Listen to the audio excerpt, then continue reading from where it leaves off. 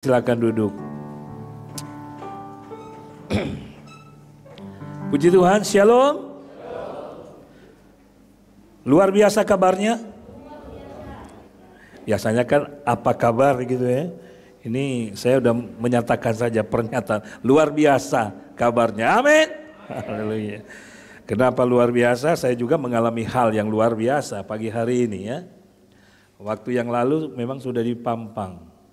Yang khotbah David Sumanti ya, tapi akhirnya diralat sama Bapak Gembala ya, karena hari ini pendeta tamu. Tapi puji Tuhan, tidak ada yang kebetulan saya berdiri lagi di tempat ini ya. Ya memang saya percaya nggak ada yang kebetulan, karena saya diberikan materi yang memang mendukung apa yang terjadi di masa yang lalu gitu ya. Nah, saya diberikan materi dengan tema sikap seorang hamba. Nah, sikap seorang hamba. Jadi sikap seorang hamba, Bapak Ibu Saudara, ya nurut aja, betul ya? Bapak Gembala bilang, maaf, nggak jadi. Ya kita manut, nggak marah tuh gitu ya. Oh iya baik. Terus diminta lagi, oh saya yang harus khotbah. Ya baik juga, disuruh enggak berkhotbah, disuruh berkhotbah, semua baik ya, haleluya, puji Tuhan. Memang Bapak Ibu Saudara, kalau kita mau berbicara tentang sikap seorang hamba, mungkin tidak asing lagi bagi kita, ya, karena kita sudah sering mendengarkan kerajaan Allah, sikap seorang hamba, karena warga kerajaan Allah adalah orang-orang yang memiliki sikap seorang hamba, memiliki hati seorang hamba. Dan itu terus. Kalau saya ingat juga Bapak Ibu Saudara tentang ayat firman Tuhan yang dicatat di dalam kitab Ibrani 10 ayat 25, itu sudah sangat sering saya sampaikan. Ingat Bapak Ibu Saudara? Ada ingat? Ya? Yang kencang? Ada ibu. Kenapa? Kemarin aja saya diminta untuk bawa firman kepada wanita-wanita yang cantik di tempat ini Bapak Ibu Saudara ya. Yang udah lansia di tempat ini ya. Kemarin saya hadir. Dan saya ingatkan juga ayat itu. Janganlah engkau menjauhkan diri dari pertemuan-pertemuan ibadah ya. Dan memang saya diminta juga untuk bawa firman. Pada saat itu ya bukan Bapak Gembala yang minta, bukan Ibu Gembala yang minta, istri saya minta untuk menggantikan posisinya gitu ya. Oh ya sudah, tapi singkat cerita ya, kalau berbicara tentang melakukan hal yang baik ya kita taati aja. Karena saya ingatkan lagi itu di dalam pertemuan kemarin bagi para lansia ya, dan para yang menuju lansia lah ya, karena yang hadir ada yang sudah lansia dan ada yang sedang menuju lansia, udah mendekati lansia ya. Tapi mereka itu sukacita, mereka senang aja saya lihat gitu ya. Kenapa? Apa yang membuat mereka sukacita dan senang? Ya materinya, temanya hidup bahagia. Wah, siapa sih yang nggak senang hidup bahagia ya? Semua udah dengar hidup bahagia. Apalagi bilang uang yang banyak, ya jalan-jalan, naik kapal pesiar, senang semua, ya kan? Waktu dulu saya tanya, dulu waktu masih muda seneng nggak? Atau punya rencana nggak? Nanti kalau udah tua, ya mau jalan-jalan gitu ya, pakai kapal pesiar, semua itu seneng, itu berwisata gitu ya, punya uang yang banyak, punya rumah yang bagus gitu ya. Tapi saya tanya, udah kesampaian belum? Belum katanya. Terus nggak bahagia dong? Mereka protes semua. Bahagia bukan itu katanya. Bahagia yang penting kita bersama dengan Tuhan, melakukan hal-hal yang baik. Saya bilang, puji Tuhan, khotbah saya selesai karena semua udah tahu gitu ya. Tapi ternyata mereka masih menuntut saya harus lanjutkan khotbah. Wah, puji Tuhan ya. Nah itu kesaksian aja ya. Yang istilahnya memang apa yang harus kita, status kita seorang hamba ya. seorang hamba. Ya kita lihat dulu ya poin berikutnya. Di dalam kitab Lukas 17 ayat 10 itu hal yang mendukung kebenaran firman Tuhan yang akan kita pelajari pada hari ini. Oke, bisa baca bersama-sama, udah ditampilkan di sini, bisa kelihatan nggak ya? Oke, 2, 3, demikian jugalah kamu apabila kamu telah melakukan segala sesuatu yang ditugaskan kepadamu, hendaklah kamu berkata, kami adalah hamba-hamba yang tidak berguna. Kami hanya melakukan apa yang kami harus lakukan. Bapak Ibu Saudara, dia katakan kami adalah hamba-hamba yang tidak berguna. Kami hanya melakukan apa yang harus kami lakukan. Nah, Bapak Ibu Saudara, hamba itu dapat didefinisikan seperti ini. Hamba adalah orang yang tidak memiliki hak atas dirinya. Bapak Ibu Saudara, statusnya hamba bukan? Halo? Hamba? Kalau hamba kita mau katakan bersama, oke? Hamba ini diganti saya, oke? Tahu ya, paham ya maksudnya ya? Oke, 2, 3. Saya adalah orang yang tidak memiliki hak atas dirinya atau diriku ya. Berarti kita adalah orang atau hamba yang tidak memiliki hak atas diri kita. Nah, kenapa kita tidak memiliki hak atas diri kita? Nah, nanti kita akan lihat ada ayat pendukungnya, Bapak Ibu Saudara ya. Nah, kemudian hidup bukan untuk dirinya. Jadi hidup kita ini bukan untuk diri kita, ya. Kalau begitu kita hidup untuk siapa? Betul ya? Untuk diri orang lain kah? Apakah saya hidup untuk diri pasangan saya? Apakah saya hidup untuk diri anak-anak saya? Apakah saya hidup untuk pribadi, rekan, saudara-saudara atau jemaat yang lain? Ya. Tetapi sepenuhnya tunduk kepada Tuannya. Kita punya Tuhan. Siapa Tuhan kita? Haleluya. Sudah mengerti, memahami. Nah, Bapak Ibu Saudara yang saya kasih dalam Yesus Kristus, ini Yesus pada saat dia menyampaikan ya kebenaran atau pesan firman yang dia sampaikan kepada orang-orang percaya yang mengikut dia. Nah, ini Bapak Ibu Saudara kayaknya saya pegang-pegang jatuh. Oh, ini dia. Nah, Bapak Ibu Saudara, pada saat atau pada zaman Yesus, ya seorang hamba memang dapat didefinisikan ya seperti itu. Ya. Karena hamba itu bisa dijual, ya kan? Dibeli. Kalau udah dibeli, maka hak sepenuhnya kepada tuannya. Dia nggak punya hak apa-apa. Ya. Nah, kemudian Bapak Ibu Saudara, itu dicatat di dalam kitab 1 Korintus 6 ayat 19 sampai 20. Nah, Bapak Ibu Saudara, firman Tuhan dikatakan, atau tidak tahukah kamu bahwa tubuhmu adalah bait Roh Kudus yang diam di dalam kamu? Nah, Roh Kudus yang kamu peroleh dari Allah, dan bahwa kamu bukan milik kamu sendiri, dan bahwa kamu, katanya, bukan milik kamu sendiri. Jadi kita ini bukan milik kita sendiri. Saya ini bukan milik saya sendiri. Kata siapa? Ya kata firman.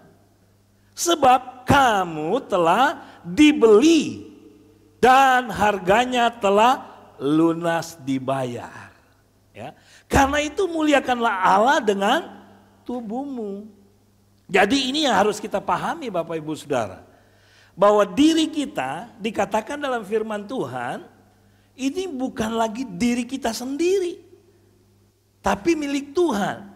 Makanya Yesus juga berkata status kita ini sebagai hamba. Dia gambarkan kehidupan kita ini sebagai hamba. Nah, nanti Bapak Ibu Saudara bisa baca dalam renungan Bapak Gembala di hari ini, ya, yang dia kirimkan, yang Bapak Gembala kirimkan.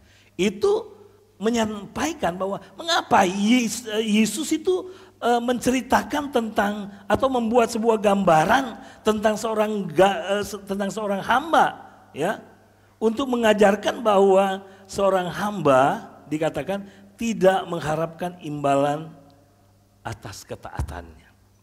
Nah, jadi ingat, seorang hamba tidak mengharapkan imbalan atas ketaatannya. Jadi sebagai seorang hamba, kita harus fokus hanya untuk menyenangkan Tuannya. Hidup berfokus menyenangkan Tuannya berarti menjalani hidup yang seluruh tujuannya adalah untuk memuliakan dan mentaati Tuhan, bukan menyenangkan dirinya sendiri. Nah, Bapak Ibu Saudara, kita datang beribadah, ini menyenangkan diri kita sendiri atau menyenangkan Tuhan? Nah, banyak orang berpikir nanti kalau saya datang ibadah, wah hidup saya senang. Ya, saya akan mendapatkan sebuah ketenangan, sebuah kebahagiaan, ya, akan mendapatkan sebuah berkat. Tapi kenyataannya ketika datang di gereja, pulang nggak bawa berkat, pulang nggak bawa ketenangan. Nah, Bapak Ibu Saudara, tujuan, motivasi kita itu apa ketika kita datang dalam gereja? Ingat, kita sebagai seorang hamba, kita datang di tempat ini, kita mau berkumpul, mau beribadah untuk menyenangkan diri sendiri atau siapa? Tuhan. Kita datang di tempat ini untuk menyenangkan hati Tuhan. Respon kita, kita datang di tempat ibadah ya untuk memuliakan nama Tuhan. Bukan datang untuk menerima berkat, ya. Tetapi ingat Bapak Ibu Saudara, kalau kita datang untuk menyenangkan hati Tuhan, pasti Tuhan akan memberkati kita. Amin. Jadi ini tujuannya ini yang harus harus jelas, ya. Karena kita tahu bahwa Tuhan itu adalah sumber segalanya, ya. Segala kebutuhan kita, mungkin kita lagi stres, depresi dengan persoalan pergumulan kita, ingat, kita sebagai seorang hamba, ya, kita hanya menuruti apa yang diinginkan oleh Tuannya. Kita punya Tuhan. Dia katakan, marilah kepadaku kamu yang lemah, letih, lesu, dan yang berbeban berat. Ya, jadi ada ajakan. Ada yang tidak punya masalah di tempat ini? Ada yang jawab saya kemarin, Om, kalau udah nggak punya masalah, udah mati Om. Benar sekali ya. Kalau udah nggak punya masalah, udah mati Om. Nah, Bapak Ibu Saudara, saya mau berkata, kalau ada di antara kita yang tidak mau punya masalah, ya kita berdoa supaya cepat dipanggil Tuhan, betul ya? Tapi selama kita hidup di dalam dunia ini, kita punya masalah. Tuhan tahu bahwa setiap hari kita diperhadapkan dengan masalah. Karena itu firman Tuhan dia sampaikan, marilah kepadaku hai kamu yang lemah, letih, lesu, dan yang berbeban berat. Aku akan memberikan kelegaan kepadamu. Jadi Yesus itu adalah solusi atas setiap persoalan pergumulan kita. Amin. Karena itu Bapak Ibu Saudara, sikap seorang hamba, dia akan melakukan semua tugasnya karena dia mau menyenangkan hati Tuhan. Amin. Kita datang beribadah karena kita mau menyenangkan hati Tuhan. Karena kalau kita melakukan segala sesuatu tidak menyenangkan hati Tuhan, nah kita akan lihat apa kata firman Tuhan di sini dikatakan. Jadi bagaimana sekarang, Galatia 1 ayat 10. Adakah ku cari kesukaan manusia atau kesukaan Allah? Adakah ku coba berkenan kepada manusia? Sekiranya aku masih mau mencoba berkenan kepada manusia, maka aku bukanlah hamba Kristus. Jadi Bapak Ibu Saudara yang saya kasih dalam Yesus Kristus, ingat, hidup kita ini adalah milik Kristus. Karena dikatakan dalam firman Tuhan tadi, kita telah dibeli dengan harga yang mahal. Harga telah lunas dibayar. Ya, kita dibayar seharga pribadi Yesus. Ya kan? Karena itu kita harus melakukan segala sesuatu itu harus berkenan kepada Tuhan. Kita harus lakukan sesuatu yang menjadi kesukaan Allah. Ya, Allah senang nggak kira-kira kalau lihat hamba-hambanya rajin beribadah, setiap minggu datang beribadah? Saya yakin dan percaya Tuhan kita senang. Amin. Pasti Tuhan lihat setiap jemaat Tuhan JRB yang setiap minggu datang di tempat ini. Waduh, Yesus senang sekali. Ini mereka melakukan dengan konsisten, terus menerus. Setiap minggu ketemu, ya. Setiap minggu ketemu, muka dengan muka, ya. Minggu yang lalu saya ketemu Pak Andi. Minggu lalu saya ketemu Pak Aon. Minggu lalu ketemu Pak Ook. Minggu, ya kan, kalau kita setiap minggu kita ketemu satu dengan yang lain, kita aja seneng nggak? Seneng ya? Ketemu ya, atau Pak Andi nggak seneng kali ketemu saya ya. Jadi kalau bisa ya sebulan sekali aja gitu. Nggak. Tapi kita ketemu aja seneng ya, kasih senyum. Ya. Nah, jadi kita harus cari kesukaan Allah, ini yang menjadi kesukaan Allah ya. Nah, Bapak Ibu Saudara, ada 3 hal atau yang mencirikan tentang sikap seorang hamba yang kita mau pelajari ya. Yang saya bilang tak henti-hentinya kita mau belajar karena udah sering kita belajar. Taat tanpa syarat ya. Pertama, sikap seorang hamba dia harus menunjukkan sikapnya taat tanpa syarat. Wah, taat tanpa syarat itu berarti melakukan perintah Tuhan sepenuhnya ya, tanpa ragu, tanpa tawar-menawar, dan tanpa menunggu kondisi ideal. Jadi lakukan saja. Kalau Tuhan berbicara, Tuhan sampaikan kepada kita, ya lakukan saja. Ya. Karena kalau kita langsung melakukan, wah itu yang menyukakan hati Tuhan. Enggak bisa misalnya kalau taat tanpa syarat itu memunculkan pertanyaan, apa untungnya buat saya? Kalau saya beribadah, apa untungnya untuk saya? Saya kan kepingin hidup senang, ya bisa jalan-jalan gitu kan. Ini mau datang ibadah, saya ingin bermain-main, ya. Ini kok disuruh ibadah? Apa untungnya buat saya? Atau apakah saya setuju dengan perintah ini? Dia bilang kan, jangan berbuat dosa lagi. Wah, kita diketemukan bahwa kita berbuat dosa. Terus firman Tuhan berkata, jangan engkau berbuat dosa lagi. Ya. Waduh, ini perintah ini perlu nggak dibuat ya? Nah, Bapak Ibu Saudara, apakah ini nyaman buat saya? Saya udah memiliki kebiasaan, ya, suka suka tidak terbuka gitu kan.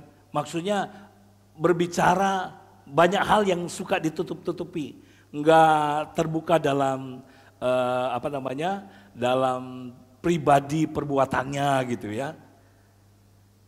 Padahal kalau kita seharusnya sharing misalnya dalam pertemuan-pertemuan kita harus terbuka. Apa yang kita lakukan sesuai dengan kebenaran. Kalau kita belum melaksanakan perintah Tuhan, kita harus bilang, saya masih belum. Jangan Bapak Ibu Saudara, oh iya saya udah menang di situ, padahal kita belum menang. Ya. Nah Bapak Ibu Saudara, kita kalau taat tanpa syarat, ya seperti Yesaya dia bilang apa? Ketika dia mendengarkan firman Tuhan, dia katakan, lalu aku mendengar suara Tuhan berkata, siapakah yang akan kuutus dan siapakah yang mau pergi untuk aku? Maka sahutku, ini aku, utus aku. Nah Bapak Ibu Saudara yang saya kasih dalam Yesus Kristus, perlu kita ketahui bahwa bangsa Israel dipercayakan oleh Tuhan tentang kebenaran, tentang firman Tuhan untuk disampaikan kepada bangsa-bangsa lain.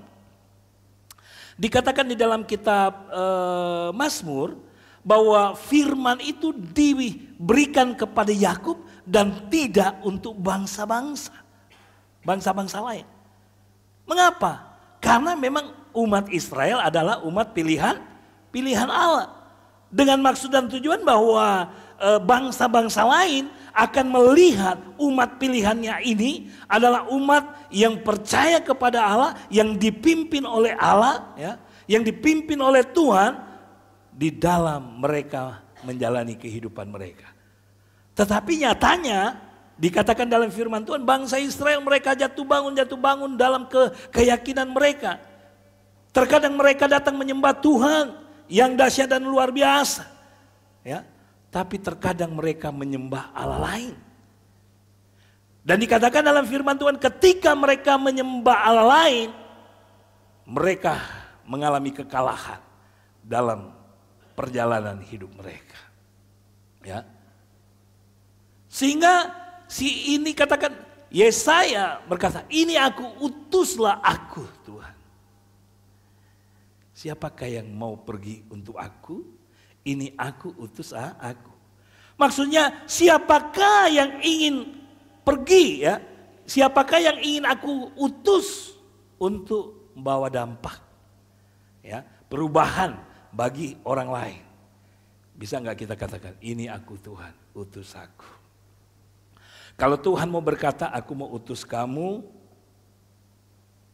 di keluarga, wah, gimana mau utus? Udah di dalam keluarga. Nah, Bapak Ibu Saudara, sebenarnya Tuhan selalu utus kita di dalam kehidupan kita setiap hari. Setiap hari. Tuh, jangan berpikir, oh saya nanti kalau diutus oleh Tuhan pergi ke Gaza gitu ya, untuk memberitakan Injil di Gaza atau di Iran gitu ya.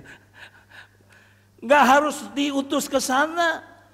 Ke tempat yang terdekat adalah keluarga, lingkungan keluarga. Artinya kita ada di dalam keluarga, kita diutus dalam keluarga untuk menjadi berkat, bukan menjadi pengacau di dalam keluarga. Ya, kita bilang, ini aku Tuhan, utus aku. Makanya kita harus memiliki hidup yang mengalami perubahan hidup. Ya, saya yakin dan percaya bahwa kita semua merindukan hal ini. Ya, hamba yang taat, saudara, dia tidak memilih-milih perintah. Tugasnya hanya satu, yaitu melakukan kehendak Tuhannya, bukan berdebat atau mencari jalannya sendiri. Ya, seperti tadi saya sudah sampaikan, apa untungnya buat saya? Ya, tapi ketaatan adalah bentuk kasih dan kepercayaan kita kepada Tuhan. Sebagai hamba, ya kita lakukan karena kita taat kepada Tuhan. Karena seperti Yohanes 2 ayat 5, mujizat Tuhan terjadi, kenapa? Karena ketaatan. Dikatakan, tetapi Ibu Yesus berkata kepada pelayan-pelayan, apa yang dikatakan kepadamu, buatlah itu. Kita tahu peristiwa itu. Mujizat Tuhan, air menjadi anggur ketika pesta perkawinan di Kana. Bapak Ibu Saudara, kalau kita baca peristiwa itu, mulai kehabisan anggur di pesta. Pesta kalau mulai kehabisan anggur, ya, itu merupakan masalah yang cukup berat. Karena itu mengancam sebuah harga diri keluarga gitu ya. Itu masalah ini kalau sampai terjadi, keluarga akan malu gitu ya. Tetapi Ibu Yesus katanya diundang di dalam pesta itu.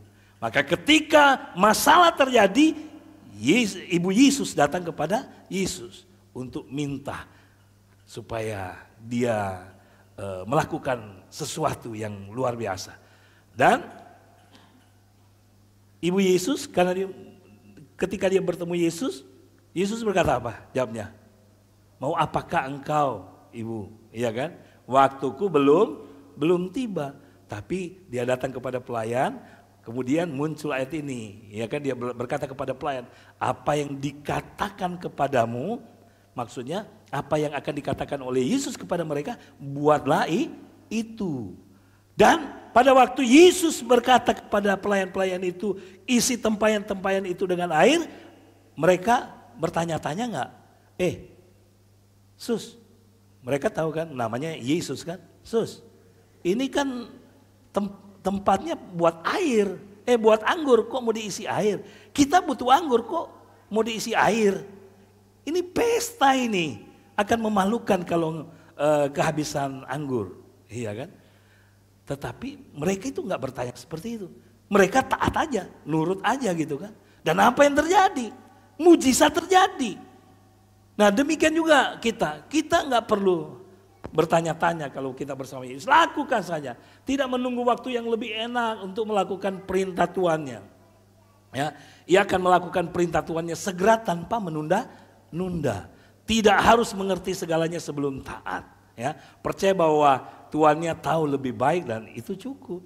Ya, jangan mereka kan sebenarnya nggak tahu ya, yang pelayan-pelayan itu nanti bakal apa yang terjadi. Mereka nggak tahu akan bakal terjadi mujizat kan, tapi mereka lakukan aja. Ya, mereka nggak ngerti nanti akan terjadi apa, tapi mereka lakukan. Terkadang juga kita, Bapak Ibu Saudara, kita nggak mengerti ketika kita diperhadapkan dengan masalah, pergumulan, kita nggak ngerti kalau nanti akan ada mujizat terjadi. Ya, tapi kalau kita sebagai seorang hamba nurut aja, ya, yakini aja bahwa kalau bersama Tuhan pasti akan ada hal yang luar biasa. Amin. Haleluya. Oh, ya, baik. Nah, Bapak Ibu Saudara, taat tanpa syarat itu terkadang kalau kita bicara perintah Tuhan itu bertentangan dengan kenyamanan atau keinginan kita. Tetapi hamba yang sejati tetap melakukannya karena tahu Tuhan lebih tahu dan berhak atas hidupnya. Seperti apa yang saya jelaskan tadi ya.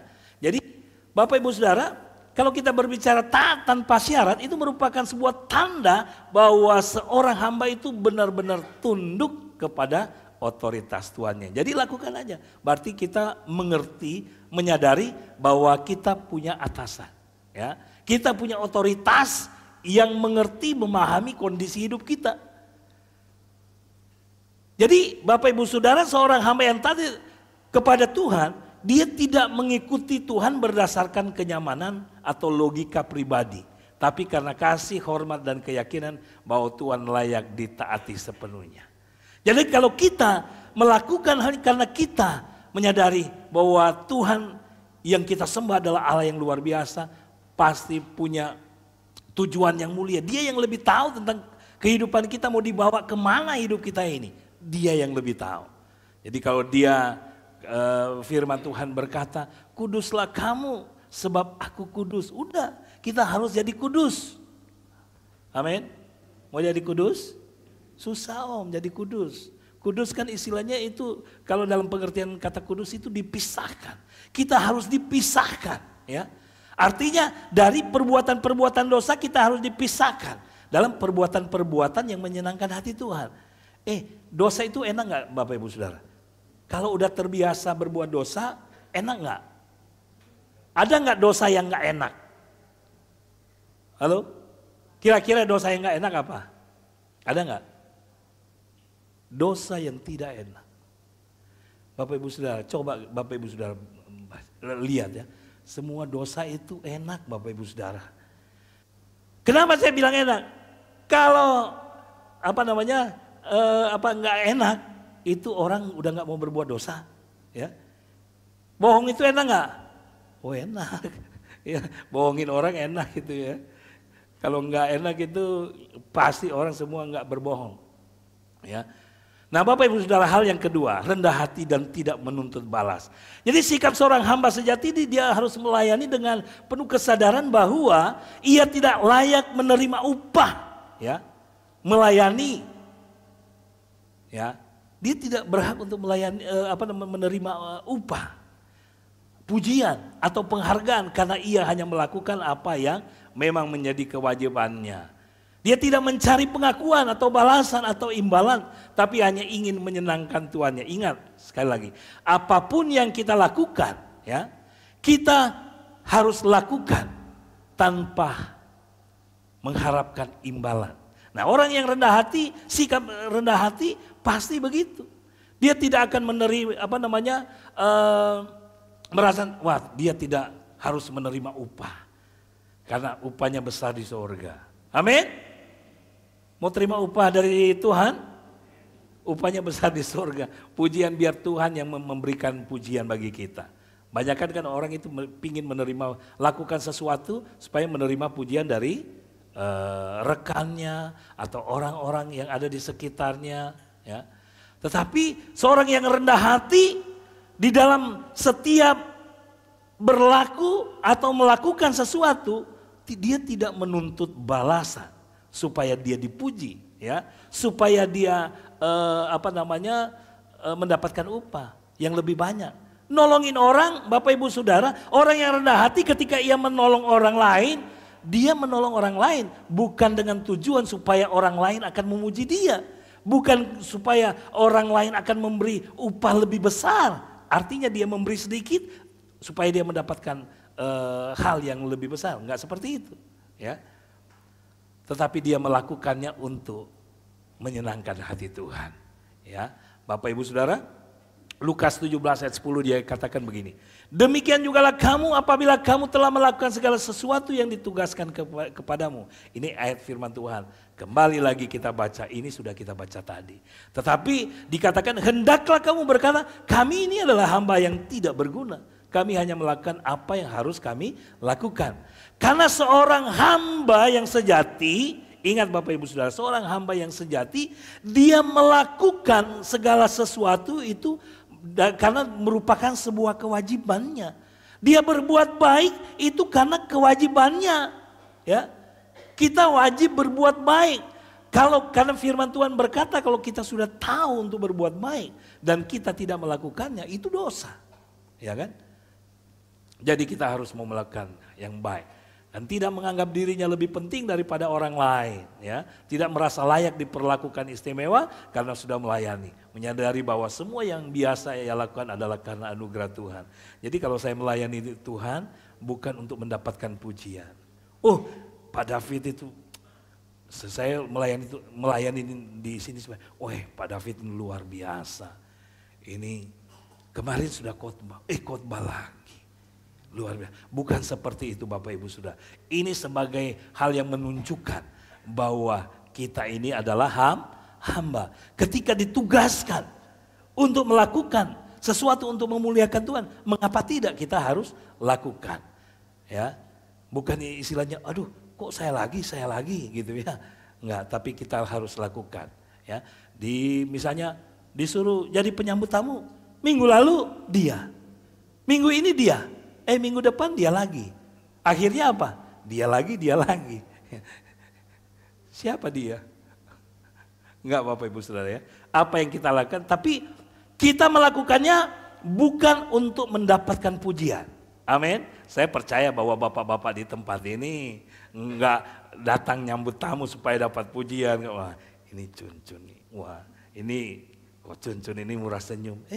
Kok Cun minggu lalu di sini ya. Minggu ini lagi ya, nanti ada yang, jangan lupa minggu depan lagi ya. Coach Cun bilang, ya kami hanyalah seorang hamba yang melakukan tugas atau kewajiban yang harus kami lakukan.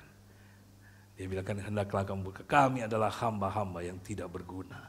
Oh, menganggap tidak berguna gitu ya.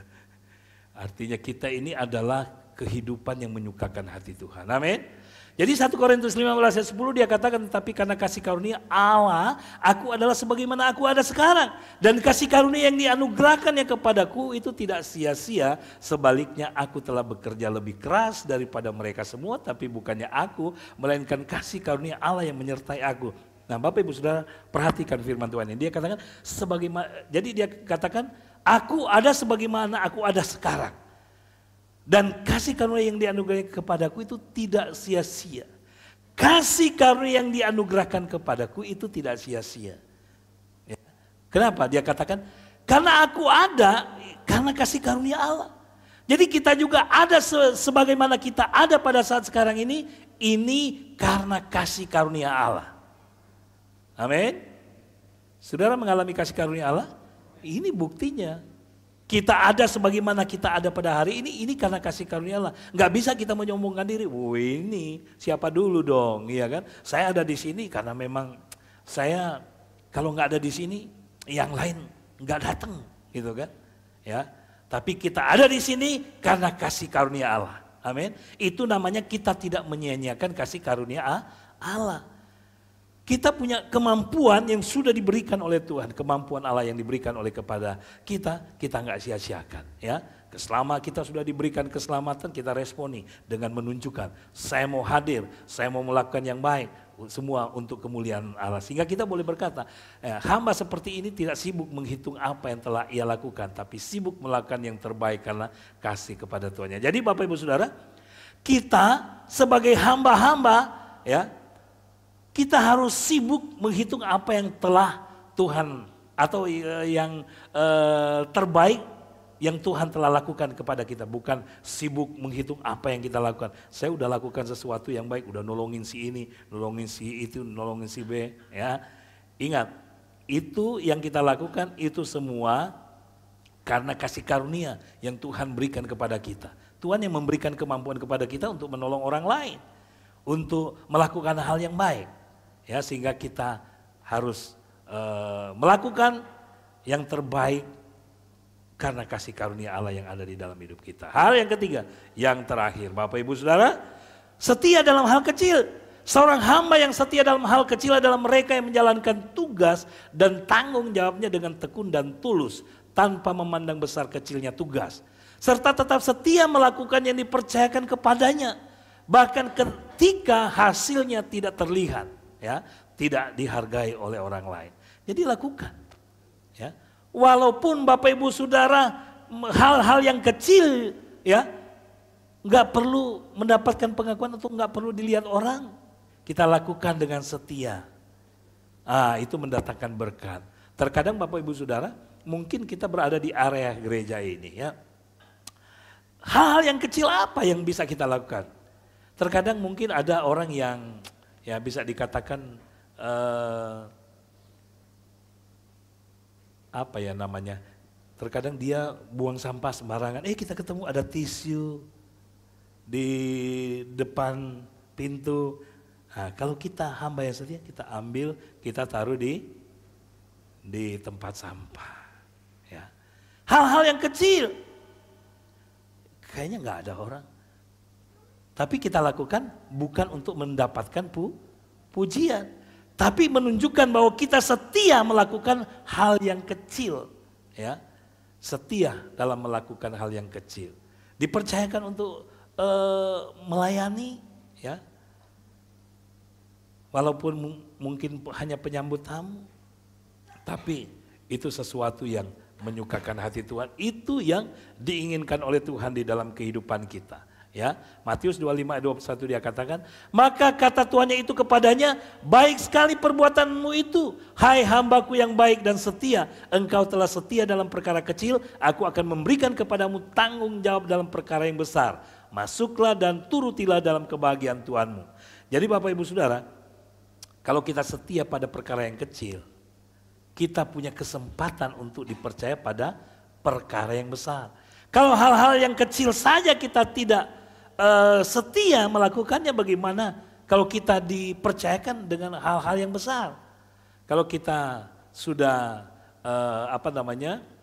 tekun melakukan hal yang kecil, ya, kita menunjukkan bahwa kita terus setia melakukan secara terus-menerus, maka saya yakin dan percaya Tuhan akan mempercayakan kita hal yang besar.